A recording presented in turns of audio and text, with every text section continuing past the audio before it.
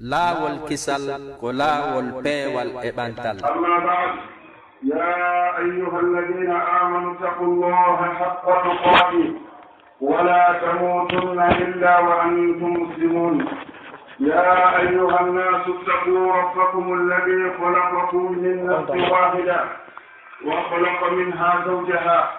وبث منهما رجالا كثيرا ونساء واتقوا الله الذي تساءلون به والأرحام إن الله كان عليكم رقيبا يا أيها الذين آمنوا اتقوا الله وقولوا قولا سديدا يصلح لكم أعمالكم ويغفر لكم ذنوبكم ومن يطع الله ورسوله فقد فاز فوزا عظيما أما بعد أيها الإخوة الأعزاء فإن أصدق الحديث كتاب الله وخير الهدي هدي محمد صلى الله عليه وسلم وشر الأمور محدثاتها وكل محدثة بدعة وكل بدعة ضلالة وكل ضلالة في النار نعوذ بالله من عذابه ومن ناره وعقابه وغضبه يوم القيامة وهو يجد الله سبحانه وتعالى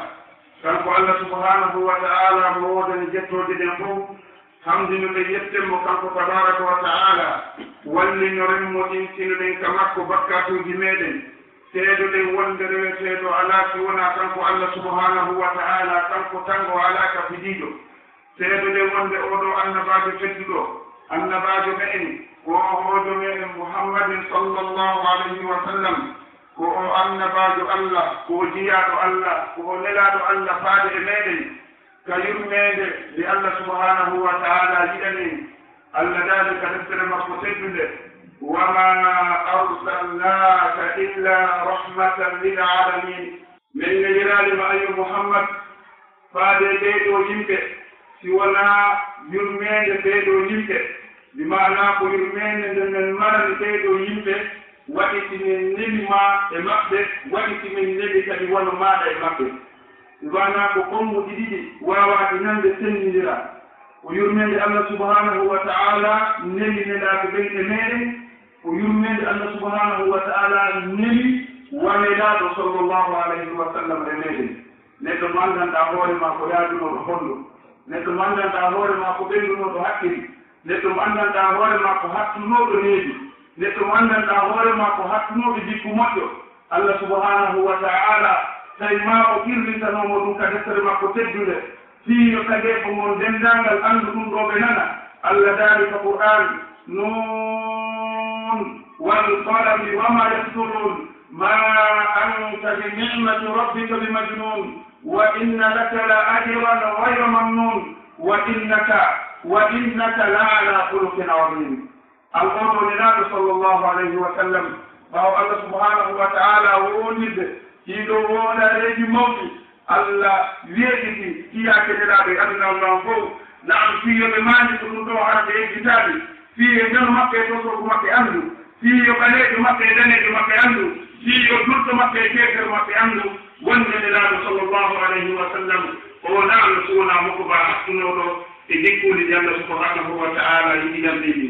yo Allah arti ko en ñentingol nelaaɗo sallllahu alayhi wa sallam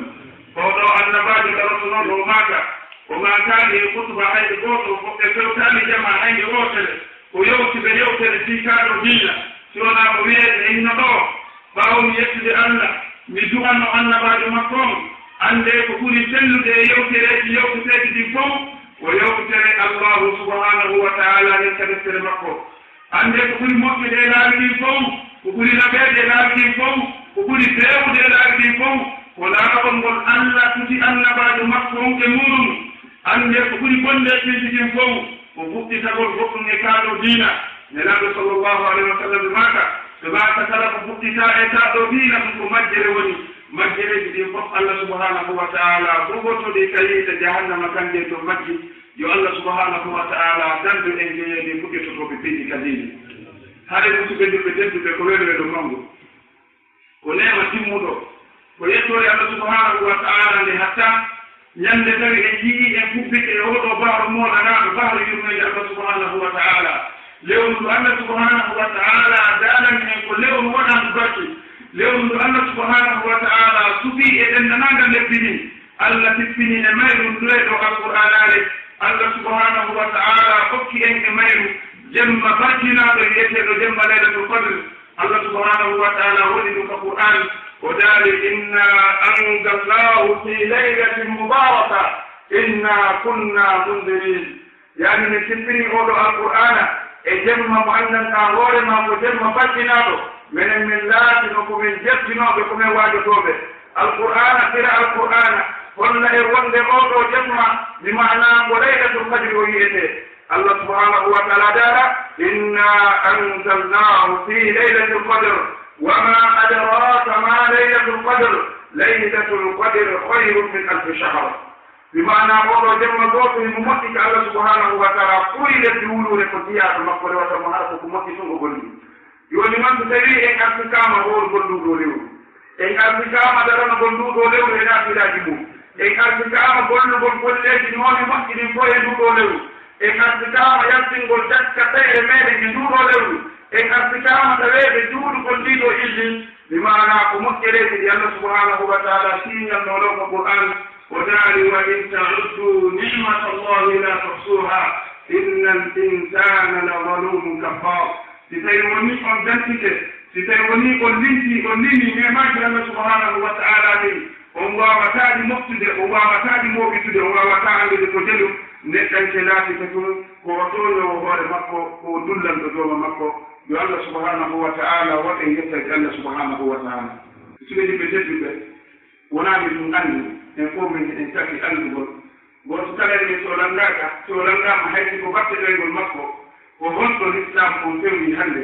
ko honto julɓe ɓen fewni hannde honto état islamique ɗi hannde honto pouvoir mo l'islam on mari hannde ñande tawno so tawi woni julɗo wiino ƴetta e sello o ƴettee ko o rondo ñande tawno so tawi woni julɓe ɓe ɓe dari to makka ɓe wii wonto ɓen chine fof maɓɓe e watto daneji weetata haa gooto sale maɓɓe jogiino foffude daneji wattike sabu ɓe annduno l'islam ko diina kembe si ɓe annduno l'islam ko diina doole si ɓe annduno l'islam ko diina gottal hannde ka fewni ɗen ɗo l'islam mo waɗi wattay woni a ƴetti ko wiyete kon mi maana ko taƴete a rowi e wureere tawaɗa nanninirde dingawol ngal ɗo ko kala ka faalaɗa naam doole men ɗe jaati doole men ɗe ɓiitike tinnaade nde mamnoɗen e nde ɓiitike gottal ngal mamnoɗen ngal ngal ɓiitike ɗum ɗo wonno sago kaño on al hannde koyo taw hara en kerti hakkundeji meɗen koyo taw hara en lumni hakkundeji meɗen koyo taw hara en naaɗi konnaaɗo e haaldira ko hakkundeji meɗen haa ka tawata julɗo fotta e ɓiɗɗo makko julɗo tawa hinno teddani mo wiɗi gonmo assalamu aleykum wa rahmatullah tawa julɗo ɓiɗɗo maɗa nawne haɗa no teddanma yawgon ndaaramo so tawi woni o lettini tawa a yiye julɗo ɓiɗɗo maɗa hattondinɗo ronka heɓude doole heɓude courage wii gon ayni ɓe mari ko mi huntinana oɗo haaju makko yomi huntu tawa a yiye ɓiɗɗo maɗa julɗo hino tooñe nayi law wona haaran tawa hino teddanma taragol wallito oɗo ko hettagolla makko kan seede on ɗo waali e kene si a laari julɓe ɓen hannde Palestine a laari julɓe hannde ko waɗa Irak e Afghanistan a laari a Bosna e Hersek a tawa ɗiɗo fof ko état ji julɓe mi maana haa ko fewni kon hannde tawa alyahuda e annasara hino waɗde ko ɓe faala e hoore ɓeeɗo julɓe hawnaaki noon nelaaɗo sallllahu alayhi wa sallam ɓe maatanno ɓeeɗo sahabaɓe maɓɓe ridwanullahi alayhim nelaaɗo maati yani haani ka ɗiɗo moftaneji noddindira e hoore moɗon ɗi daroe dow moɗon ɗi waɗan ko ɗi faala sahabaɓe nde wi enen nelaaɗo nden ñande haray men juuɗa woni menen julɓe ɓen kaa ko honɗum nelaaɗo sallllahu alayhi wa sallam ɓe maati walakinnakum yawmaidin kabir innakum yawmaidin kabir walakinnakum ghusaa'un ka ghusaa'i sayl nelaaɗo sallllahu alih wa sallam ɓe maati nden ñande haray ɗon ɗuuɗi makka walakinnakum kono onon ghusaa'un ka ghusaa'i sayl nelaaɗo haray ɗo wayde ñande wa hukko wi bango on ko takkoto kon ka maayi mana julɓe ɓe no ɗuuɗi si ɓe ƴetti enndin yaade goɗɗum hannde e nder aduna allah on enndin yaade ko ɓuri ɓuri e nder aduna allah on walakin yimɓe waɗe ɓe faala honɗum addi ɗum ɗo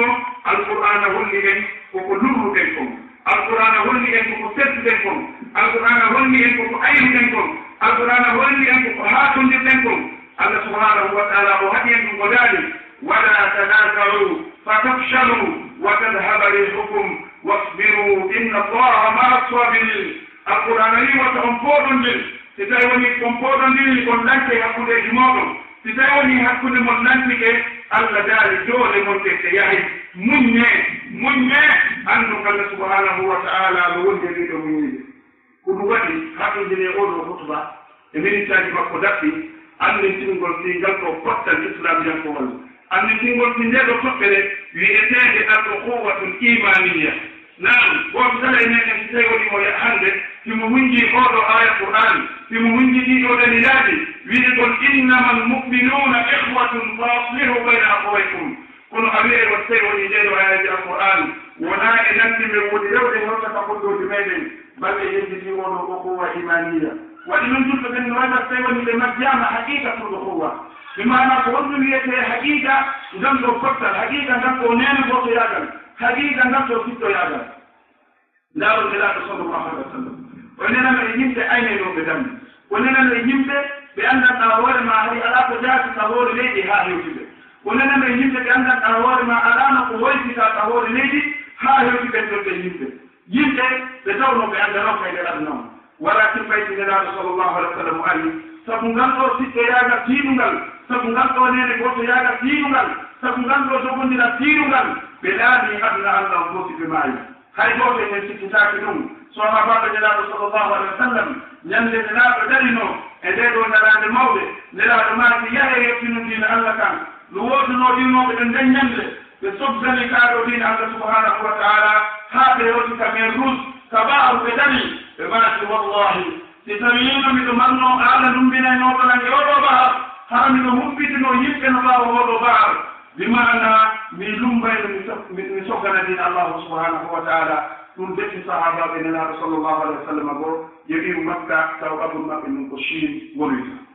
mana hay ko be ko hay ko be teddude hay ko juldo mari pouvoir kaleji hay ko juldo wora kaleji hay ko juldo projet kaleji nyande tono be do sahaba be nabi sallallahu alaihi wasallam be fokkiti yow botte haba rom be do italiembe lan ko rom ko min dan no lan to shin on men tori kama bangal be den yebude ayde ko araba men do lan to shin on lan ndi mo ene ko rom de woni arbol habbalma o wi ko sukaɓe iwrude makka sahabaɓe muhammad ɓen lanɗo chino ko wi yo allah dandan dartabol ɓiɓɓe worɓe si ɓe wi'i ɓe ɓoray benɗo ɓe yaada e maggo ɓe iwataɗo ɓe waɗaɓe ɗum wala kuwa ko cende ɓe manno wayno oɗo newnoɗo ɓe hay ko ɗum ɗon ko anndi oɗo newnoɗo ɓe koye ɗum ɗo o neɓe ko ngatto nene goto yagal ko ngatto fottal ko ngatto jogodiral to no julɓe ɓe hari bimana ɓe laatino ko ɓe sikke فإذا نبي الله سبحانه وتعالى ذلكم واعتصموا بحبل الله جميعا ولا تفرقوا الذين يعني فقد يقوم قبل الله سبحانه وتعالى هرم تركاني وقتام آية وفام قلبه وان يجب أن يكون يجب سواء نائك إسلام لكن يحفظ مكة وقبولي وان تتيوني قتك مقالة يؤكد أي جمعهم قتك أن الآن أين يجب الله ذلك يجب فقل الله سبحانه وتعالى فقل الله وقدر الله سبحانه وتعالى لذلك دكتور أن تقوم إن هوتي إن جنجي لدو أتى يونان يرجي ما مصر هاي جوتو أتى يونان يرجي ليجي هاي وطي بل جزء من قدر إليه دكتور الله سبحانه وتعالى وقع القرآن يتصل لله صلى الله عليه وسلم وعلى إن هوتي لسواء النوراني ومن ينقوط باب دوتو سبقنت ونا من أجل ونا موضع الأجل ونا إلى سليان ونا إلى سلما ونا إلى موضع بل كتبت سوي كلوية يقول الله سبحانه وتعالى ذلك لو هذا ويأمر كليه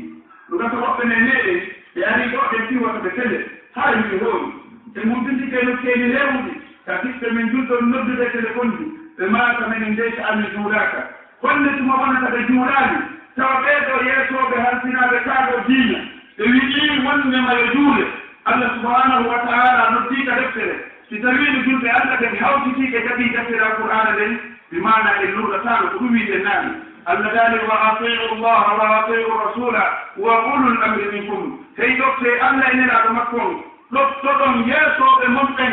دكتورم أدنى بممكن كما قلت بماتي ده دكتور بأنا ده أدنى بدين وجاءت ده أدنى بكدينا هذا ده من الجنة walakin so tawi woni ɓe waɗi ɗo décret e hoore lewru ndu yiyama julɓe goɓe kamenen men tadi ene juulen hande woɓɓe ko juula janngo no wadda woɓɓe juuloya faɓɓe janngo ndaare ngadɗo lurgal fanningal diwaɗi julɗo on ko heddoto ka hoore leydi ko o jaasuɗo e hoore noon ko ko nganɗo lurgal waɗi ande wonde yettagol ɓaawo dental julɓe ɓen sottagol ɓaawo jama julɓe ɓen sottagol ɓaawo ko yeesoɓe diina ɓen hardi kon fotti e nokkuure sottagol ɓaawo ɗum ɗon wonaani si wonaa makkisugol hoore muɗum ko maɗaɓanen ɓe reedu الله سبحانه وتعالى ذلك ومن يشاقق الرسول من بعد ما تبين له الهدى ويتبع غير سبيل المؤمنين نوله ما تولى ونصله جهنم وساءت مصيرا الله سبحانه وتعالى ذلك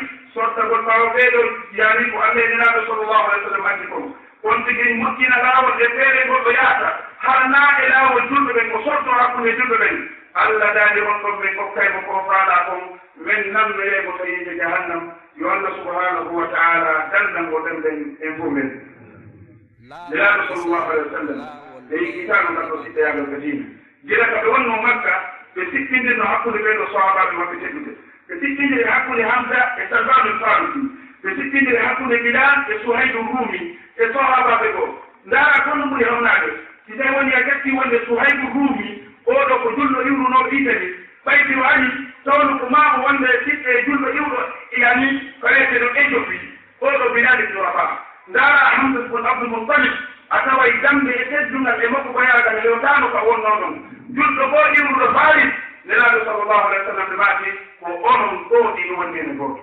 ɓayti ɓe wi makka ɓe yehi madinatu munawwara iɗen andi siɓɓoyagal ngal hattano makka nde ɓe yawno madinatu munawwara ko toon ɓe ɓeyduno ngal ɗo siɓɓoyagal ɓe sikkindini hakkude ɗiɗo lekki ɗiɗi tawnoɓe ɓe piiri ko ɓuri duuɓi temedde al awsu wal hajraj ɓeeɗo ay ko madina ɗon no ɓe fottani ha hande ɓayniraɗo sallllahu alih wa sallam o yehi adante o noddude ɓe faade jihaaje gonnede ɓeɓe ɗum nelaɗo noddi ɓe to faade nene go to yagal ɓe salmodiri ka terɗe ɓe salmodirani ka juuɗe sabu hande julɓe ɓe kaka juuɗoɗi salmodirde wonani ka nder fondoji maɓɓe nelaɓe yitti o moɓidir ɓeeɗo sahabaɓe makko hakkude iwɓe ɓen makka e madinatu munawwara nelaɗo hawtude ɓeeɗo kadi o waɗi ɓe nene goto ɓeeɗo jeeyanoɓe ko mandita e muɗum bimana tawatte jano si tawno hadise on wona hadise arnoɓe e daraja to sihha bimana ƴettanoɗo ka sahihayni mi wawatano fillade nde ɗo yewtere hakke ko tawata bimana yewtere nden no hawni ñande nelaɗo siɗɗuno hakkude oɗo suka wiyeteɗo abdourahman ibnu auf e oɗo suka wiyeteɗo saabe ibnu rabi abdourahmani ko yiwɗo makka saabe ibnu rabi ko tawaɗo madina nelaɗo nande makko no onon ɗiga ko on nene goto ndaranala ko ɗum heɓi noon nene goto ɓe ɗiɗo ɓe yatta e rengo ɗum nene goto ɓe ɗiɗo tawnoɓe yiidali ha hande mbi allah tagi ɓe nene goto ɓe ɗiɗo ɓe jeydaka e leydi ɓe jeydaka e leñol ɓe jeydaka e lewdi nelaɗo maki l'islamu waɗi on nene goto o woni nene goto e hoore kalimatu la ilaha illallah wa muhammadun rasulullah oɗo saɓe ibnu rabi ko noddi abdourahman ibnu auf o maaki a andi nelaɗo waɗi e nene goto o wi naam o wi a andi nene gotoɓe ɓe woni nene gotoɓe koɓe sennodu o wi naam o wi awa taw nene goto ma o madina ɗo yimmo mari sonnaɓe ɗiɗo ɓeɗo sonnaɓe hinoɓe ɗo laaru kala ɓurɗo laɓede maɓɓe ƴettuhon ɗon mi accitimo accenalamo e heddiɗo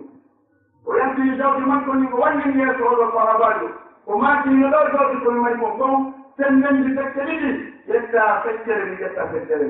abdourahman ibnu auf o ɓanti o laari o ɗo nan kadi yimɓe sammodireɗo ɓe kelle fedde o wi barakallahu laka fi malika wa ahlik yo allah waɗane barki e jawdi maɗa ni e ɓewgol maɗa nden walakin dalluni ila suuk yani mi torki on ndeɗam maajide min komi dulaaju makko miɗo anndi fi dula yagal hon ndeɗam maajide on so waɗani la ɗum hade on waɗaniyam yaade ndene ngoko yagal so goto woɓɓe yaade ɗo ɗum ɓe ɗanndi to ɓena awa jamanu sadi ibnu rabi feƴƴino jamanu oɗo neɗɗo tawnoɗon wattini yo ɓewgol makko ɓin sende ɓurɗo olla ɓeyde waɗani nene goto makko ka diina woɓɓe inne jooni awa mbuɗo jamanu ko feƴƴino honto mbuɗo jamanu sadi ibnu rabi woni mi jaaboma mi wi'a si tawi woni a hattita jamanu sade ibnu rabi ƴettunoɗo feccere jawdi mo yehi siɗɗo makko duɗo mi landotoma honto woni jamanu abdourahman ibnu auf oɗo mbannoɗo ndeɗo ndetinaade oɗo mbannode mi mana ndeɗo wakkilade oɗo mbannoɗo nganɗo tuuta reedi koye wiimo ƴettu feccere jawdi an ndin o wii holle ɗan ka maatiti bimana julɓe ɓe koɗoɓe haali wonde ko ɗum goɗɗo goo anno o lendi imamude goto imamude ɓe fetti ɓe o maati hadi mo dangude oɗo aya o maati ya imam ayna alladina yunfiquna amwalahum billeyli wannahar ayna alladina yunfiquna amwalahum billeyli wannahari sirra wa alaniya konto ɓeeɗo ittenoɓe jawde maɓɓe ɗen jemma e ñalomma e kene e funɗo sadakaji karmo ko dow ko maaki o ɓente yaadino e ɓen yimɓe ɓe anndanɗa hoore ma la yasaluna annasa ilhafa ɓe yaadino ɓen ɓe anndanɗa hoore ma ɓe toroka nawko jawdi maɓɓe ndi kamɓe kadi ka lembinaɗe e ka hetta e ka ɗaɓɓitugo jikkuji maɓɓe e teddude maɓɓe iɗan hare musidɓe tedduɓe oye wakkilo hakkilde e wakkilare annden allah subhanahu wa taala noddiyeni ɗiɗo makuji nelaɗo sallllahu alayhi wa sallam kamɓe kadi ɓe noddiyeni ɗo ari o raɓɓini e ɓanndingol ko haqqeji hoddi ɓawo mi yewtudema ɓiɗe ɗo ɓiɓɓe woɓɓe ɓettiloɓe a anndi nene goto yagal ngal tigi tigi kal islam hatta e daka yurudinɗo nene goto yagal ngal kal islam ino yeɗi haa ka tawata sino waɗayno a ƴettayno ɓewmu a haccitayno ɓewmu maɗa fiyo nene goto maɗa kal islam hemu si tawi ino waɗayno amma reyno nene goto maɗa kal islam ɗono jawdi maɗa ɗi ɓay ino wawa wonde e jakano yaha haa ka tawata ina wawi fettude jawdi maɗa ɗi fetti ɗiɗi ƴetta feccere ƴetta siɗɗo maɗa jonno go mo yiɗiɗa ndeññande jonnamo nde feccere radiyallahu anhum wa radu anhum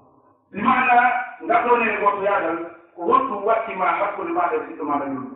hakkeji ɗin hiɗi ɗuuɗi aranum ɗum ko weddugol fi allahu subhanahu wa taala alhubbu fillahi walbugdu fillah bimana hino wattima nde weddirta hande siɗɗo maɗa julɗo kala mo weddirta kala mo yiiɗa julɗo nde yiɗirtamo fi allah subhanahu wa taala wota randu goɗɗo ka leydi ɗo siko sosoɗo ma wota o randu siko mamitajo ma wota randu siko hoore siyejo si tawi a yigal islam ɓeeɗo yimɓe politique ɓe wonaani si wona sendugol hakkude ɓeeɗo julɓe bimana ɓe waɗi ko ɓe waɗi kon hande koyeral ngal ɓe konnamuɗum no tiiɗe hakkudeji meɗen walakin wo taynamo hakkille men ɗen ɗon artiren hakkille men ɗen faade kadine allah subhanahu wa taala so allah hawtutirto fur meɗen o daari innama almuminuna ihwa fa aslihu bayna akhwaykum kullani musidɓe julɓe tedduɓe neraɗo sallllahu alayhi wa sallam ɓe maaki e hadise mo abou dawuda filli yani e oɗo kamo koɗo maajo ɓeeɗo ziyadul maqdisi mo filli oɗo hadis cheikh albani fellini hadis o kadi to makka sahihu jami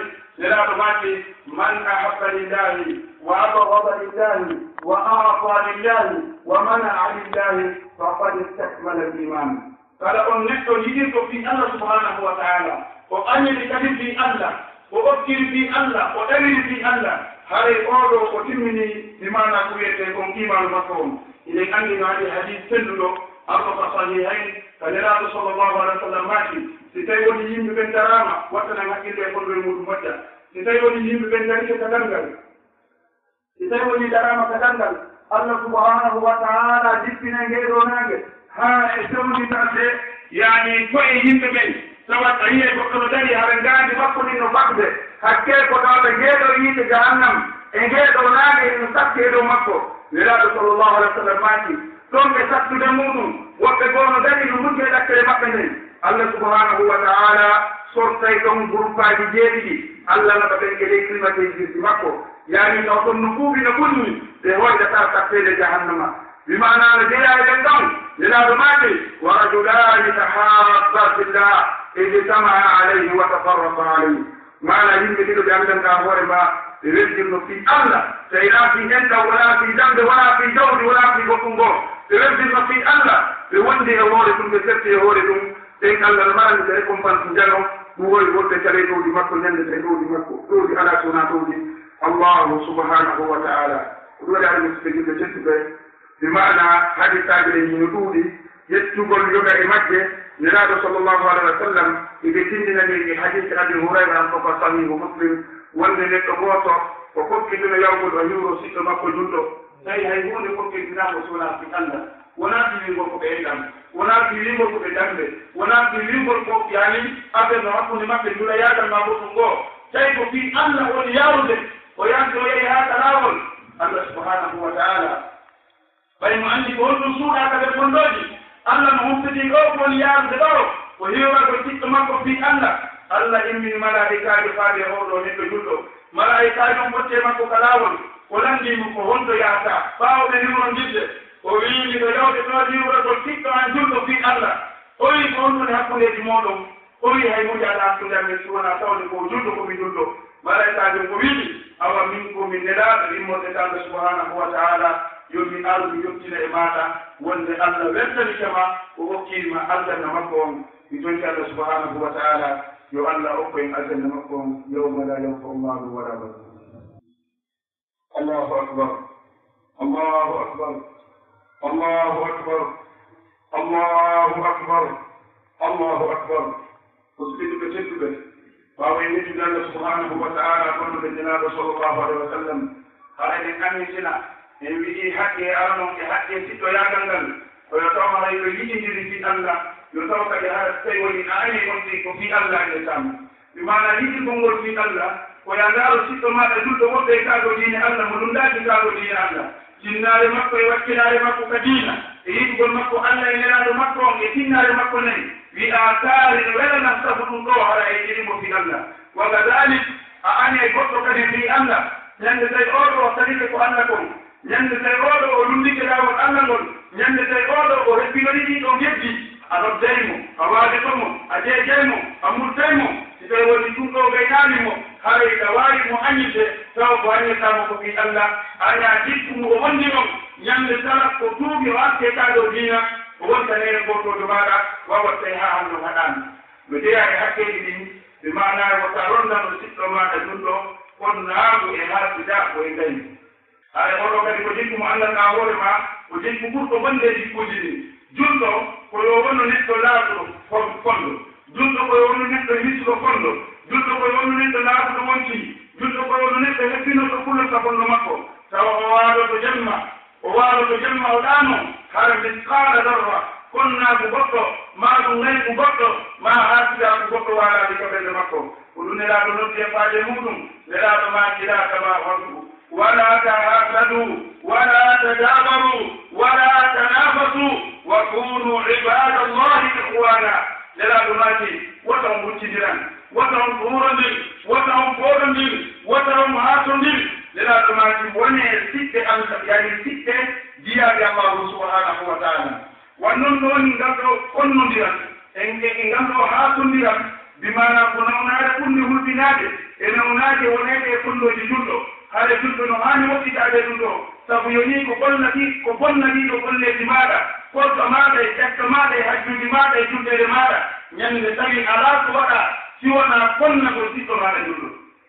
nam minna ñande tawi alaa ko waɗa ñande tawi alaa ko waɗa sona rondana ko jiɗɗo julɗo siɗɗo maaɗa konnaaɗum woni noon ko irgi on ɗum woni noon ko lattini on ɗum si tawi tabiti ko o julɗo tinnide kaaɗo diina makko haray waɗɗitema yiɗugolmo yiɗiramo fi Allah subhanahu wa taala hara konnatuma ha sajimo neɗɗo goto no jooɗi ka ɗuɗal oɗo kammo godoma to feeɗo Abdoullahi ibnul Mubarak ko huɗɗi yewtugol ɓiɗɗo makko julɗo go ko bonni Abdoullahi Mubarak heeɗimo ha holanni ɓayde wowni o sagoti o aybini o kaanini kammo koɗo ko ɓamti ɗeɗo gide makko gide annora o daari oɗo gorko o wi enen geɗe wannoɗon hakkude julɗo ɓen e rum a patni sukuno a yewno on ɗon geɗe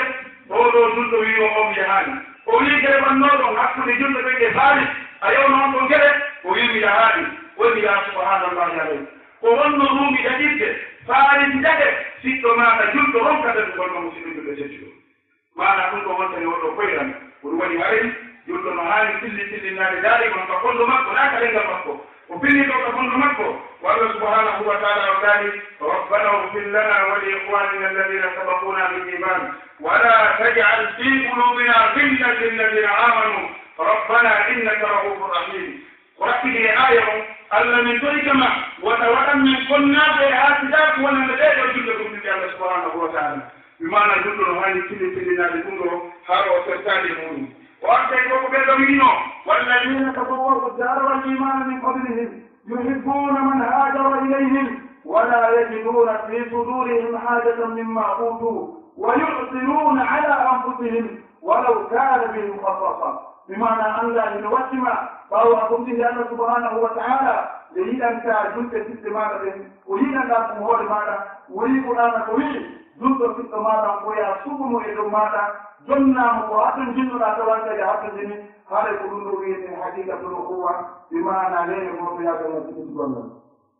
mari ko musnad ahmad ibnu hambal hadis o ɗo silli anas ibnu malik silli ko maji ñande goo minen jooɗude nelaɗo sallllahu alih wa sallam mbeɗe yewtide e nelaɗo ɓantigide maɓɓe ɗen ɓe maaki neɗɗo gooto jeyaɗo yimɓe aljanna aray kon jooni ɗo o wi wonani seeɗa neɗɗo goo yaltiti yeeso makko gonno jalbita mi mana ɓayo ari ha o jooɗike nelaɗo continue yoɓe maɓɓe ɗen ɓe maakaɗa e hunde woni janngo muɗum mbeɗen jooɗi nelaɗo maaki neɗɗo gooto jeyaɗo yimɓe aljanna aray on jooni ko wonɗon ɗo o maaki min ɓantigide amen ɗen meeɗani seeɗa min haynimo min hayninomo hanki kanko tigi kadi o ari o tene kamen jooɗi ɗum wonani ñande goo kadi nelaɗo maaki neɗɗo jeyaɓe yimɓe aljanna aray joni tawon ɗo min ɓantigito amen en min tawi ko oya harnoɗo ɗiyanaaji ɗiɗi ko ande ñande kadi woni tati oɗo sahabaji wiyeteɗo abdoullah ibn amr ibnu as o inni nde ñande ɓaydi jonde nden gatti o wi mi dokkay o neɗɗo mi nanndam o honɗum waɗi nelaɗo irritanimo laabiji tati ko neɗɗo aljanna mi yiwtiri ɓaawo makko mi yehi mi wimo min komi suka min e ɓen am meɗen gacci min e ɓen am meɗen haaɓi mi doyitama wernan ka maɗa balɗe tati no gasara men moƴƴintini gonko wi ko sadi maɗa ko tooli maɗa min yaadi ka an ka makko o wi min e makko min waali nokku goɗum e nder balɗe tati mi yaali ono immo jemma juula mi yaali ono hebbinora ɓoɗɗa mi yaali ono golla gollal hay o huunde ko tawta min minen min ala gollude on tuma mi landinimo yani ñande balɗe tati timmuno mi fewtimo ɓayti mi wayni temmo mi wiimo mi haɗida e ɓen an hay hunde ala hakkunde amin e gacce ko mi nanine laaɓol mata laabiji tati wonde neɗɗo aljanna ara jooni kam e wonɗon tawati laabiji tati fof ko awoni arde ko honɗum e gollal marɗa gurnowal ngal tawata julɓe ɓen ala gollude ngal ɗon gollal tawa a hebbino e ngal ɗon gollal gorko o wiima o wimin ngo mo yiɗa ɗo mi annda ko nelaaɗo wiyani komi neɗɗo aljanna mi ala gollude kadi e gollal hay gootal ngal tawata honnon timmoɓe amɓen o ala e gollude kono tummidi minniɗo anndi huɗe wootere mi waalotaako ka danki an mi yimmo bimmi tawa ngaymu neɗɗo julɗo ɗo ka ɓernde an saafa ɗum woni wallahi ko ɗum wasiɗo ko maajaɓangal mana haray ɗum ɗo ko ya wattino hara jaɓaade bonnagol neɗɗo julɗo a jaɓaade haatagol neɗɗo julɗo haray no jeeya e hakkeeji mi tawta l'islamu waɗi hakkundeji meɗen hakkunde maɗa e siɗɗo maɗa julɗo ya wanndir mo jawdi maɗa ɗin yani wanndiramo doole maɗa ɗen e kala ko wawɗa ton si tawi woni a wawani mo wallitade awa eto o dagama o daga ɗengal maɗa ngal o daga juuɗe maɗa ɗen allah subhanahu wa taala o daali inna alladina yuhibbuna an tashia alfahishatu fi lladina amanu lahum adabun alimun fi dunia wal akhira wallahu yalamu wa antum la talamun ande ɓeɗo yimɓe tawa ko gon ayi beeji bonɗi ɓeɗo julɓe ɗimmoɓe maɓɓe allah dani yimɓe mari nette muusuɓe musidɓe julɓe tedduɓe ina jeeya e hakkeji hakke nayo on nde wanniri jogoɗa siɗɗo maɗa julɗo emgere taaka ko marɗa kon wata gasmu julɗo tooñe yeeso ma enen noon ɗum ko wona min en hannde seyato ine gudditi giiɗe men ɗen inen tuɗɗi julɓe no waɗede e leyɗele julɓe ɗinde fiijiide wala hawla wala quwata illa billah julɗo hayɗe gooto yaani ko woten en ko bindita ko jala ayata hayɗe goɗɗo yurmito ɗum ɗo ayata hayɗe goɗɗo mo ɗum ɗo mabbini mi mana a sikkata ko siɗɗo maɗa julɗo wona hirtede haray ɗum ɗo ko goɗɗere hanande waɗteneɗe yilla wallitoɗa siɗɗo maɗa julɗo on e kala ko marɗa feere e bande mbiɗo yowtida e fay koye ɓe yowtiti kadiya to Palestine yani ko fewndi kon Palestine ɓaawo ka lannoɓe ɗaftu mi fewti fuɗɗo famɗude maɓɓe duuɓi mi wii a nani ɗum ɗo fay ko fuɗɗo faada hullude mi wii ɗum ɗo yurnima o wina am mi wii ko honɗum marɗe feere fay ko ɗum wi ustad mi mara feere haydo hunde minni ko honɗum hannda waɗde o wini a wawata waɗde goɗɗum par ce que mi ala feere mi wii fayid mi fewti jandude ɓe mi wii no gaddo tumi nangino on ko kaaɗo jaagotono ɗon o wonni en ala feere ɓay tinka ala en ala feere ɓay sakumba ala en ala feere ɓay ajonde ken ala kono hiɗen mari feere ɓurde ɗiɗo mawnugol du'anagol ɓeɗo sitte maɗa julɓe yo allahu subhanahu wa taala jomitude hoore maɓɓe janaɓe sallllahu alih wa sallam ɓe maki man safara musliman safarahu lhaq kala on neɗɗo suurduɗo kala on neɗɗo suurduɗo sitte makko julɗo allah subhanahu wa taala surroye ɗon tigi ɓe maki waman naffasa an muminin kurbatan naffasa allahu anhu kurbatan min kodi yawme alqiyama kala ittanɗo siɗɗo makko juɗɗo sattede ka aduna ɗo Allah subhanahu wa taala wittana e wonkiɗin sattede ndiyoma qiyama kala on newinanɗo sattiraɗo Allah subhanahu wa taala newinanaymo Allah yine balla jiyaɗo fanni jiyaɗo mino e balle makko no jeeya e haqqeji ɗi wasondirgol ko moƴƴi waadondirgol wota yi siɗɗo maɗa juɗɗo e ko boni wota yimoye shirku accama ɗon wota yimoye bida accama ɗon wota yimoye geddi accama ɗon ballaɓa mo reedu ko ko jokkuɗa ɗo ko shirku mo naati e mum ko lutteka yiite ko ko jokkuɗa ɗo ko biɗa mo golli ɗum ɗo nelaɗo maaki kanko e biɗa o ɓe naate ka yiite ko ko jokkuɗa ɗo ko geddi nelaɗo maaki ɗiɗo geddi ɗi wurtete jiyaɓe ɓe yawma qiyama ɗi wonta lette yiite jahannama ɗi sunna nde ɓe wiɗi geddi sonnaaki ani sukaɓe ɓe ɓe fama wonde ko gonɗo amgol e gonɗo yalgol e gonɗo fiimugol e gonɗo ko wiyeteɗo yaani bakkatuji façon muɗum zina e ko nanndi kata e muɗum ɓe mana ɗiɗo kononaaki e nder ɗum ɗo no woodi hannde buyɗe maɓɓe kartije ɗen senditama firjiɗi wendama taw ko habbiɓe yawgol ɗi mana e hôtel ji habbiɓe yawgol e sardantiŋi ji habbiɓe yawgol ɗi mana e place ji taw ko yettugol Allah subhanahu wa taala annde ko cheytani weltana ɗum on nanino no wiye ka suumaye wonde cheytane no haɓɓa himo dumba hannde ka juuɗuɗe giiɗi ɗo kanko kadi o firtama si tawi woni o firtama hara himo nodditi en ka dimana ka place cheytani mo nodditi en ka hôtel cheytani no nodditi en ka dancing mo nodditi en ka beere mi mana koye e ƴawu weltano ɓemmo wewlanemmo kellanemmo haɗi ɗum fof himo joga hannde o hettike Allah subhanahu wa taala kadi no noddema hannde ya hebbinor dentagol inde Allah subhanahu wa taala wota jaɓutultugol wakkutuji ɗi jokku ettan maɗan ƴettu sadafaji ɗi hebbinor janngugol qur'an ɗi ɗeɗo ɗiɗo ɓe noddima ndaaru ko wombonoto soɗa amma sa nottike Allah subhanahu wa taala e ko ko wiyaɗa ɗo anndinga mari janngo natat aljanna wa neɗɗo neminiɗo si tawi woni a yetti Allah notike cheytan a yatti amugol maɗum a fiirike rewɓe maɗum a yehi e place ma a yehi e hôtelji tawa ko yettugol Allah subhanahu wa taala bimana welde maɗa nden qur'ana yettoma Allah daali allahu waliyu alladina amanu yukhrijuhum min adulumati ila annur walladina kafaru awliyauhum altaghut yukhrijunahum min annur ila adulumat ulaika ashabu nnar hum fiha khalidun Allah daali kanko ko jiɗo ɓeɗo julɓe imo yantinami immoɗe niɓe kerteraako hadde ɓe faade annore l'islam oɗo cheytane kadi bimana kanko kadi ko bimana ko jiɗo ɓeɗo heeferaɓe imo yantina ɓe faade annore l'islam o naɓa ɓe faade niɓe keeferaako Allah daali ɓe nootiɓe cheytan ɓe ɓe anndu welde maɓɓe ɗen ko naata niite aadana allahu wa iyakum min adabi nar mi toki Allah subhanahu wa taala yo Allah dandu en naatugo niite makko nde yawma qiyama ربنا آتنا في الدنيا حسنة وفي الآخرة حسنة وقنا عذاب النار ربنا هب لنا من أزواجنا وذرياتنا قرة أعين واجعلنا للمتقين إماما اللهم أرنا الحق حقا وارزقنا اتباعه وأرنا الباطل باطلا وارزقنا اجتنابه ولا تجعله ملتبسا علينا فنضل واغفر لنا قبل ذلك يا أرحم الراحمين سبحانك بتنبت لنا دعنا الأولوة يقول دعاء ha walli to ɗon men kon moɓe seeni ɓe du'anagol mawɓe amen ni ngal ɗo kawtal du'anagol moko waɓe teddude ngal ɗo kawtal ilandema ka mawɓe duhiɓe haa ka sonnaɓe nenenaɓe amen ka nokkure ɗo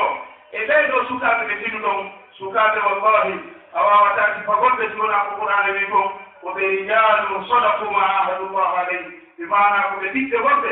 goomuɓe koɓe goɗi kon Allah subhanahu wa taala hay menen toro on du'a menen toro kadi du'a denndangal neɗɗo julɗo seeni ɓe juuli ɗo e kala ka julɗo juuliri oɗo yiiɗi ɓen gomi Allah subhanahu wa taala mannu en ka aljanna makko yawma qiyama yo Allah subhanahu wa taala mannu en ka aljannaji makko اللهم إنا نسألك فعل الخيرات وترك المنكرات وحب المساكين وأن تغفر لنا وترحمنا وإذا أردت بقوم فتنة فتوفنا غير مفتون اللهم إنا نسألك حبك وحب من يحبك وحب عمل يقربنا إلى حبك اللهم آت نفوسنا تقواها وزكها أنت خير من زكاها أنت وليها ومولاها اللهم إنا نعوذ بك من علم لا ينفع ومن قلب لا يخشع ومن نفس لا تشبع ومن دعوة لا يستجاب لها سبحان ربك رب العزة عما يصفون وسلام على المرسلين والحمد لله رب العالمين والسلام عليكم ورحمة الله وبركاته. لا والكسل كلا والبي والإبانتال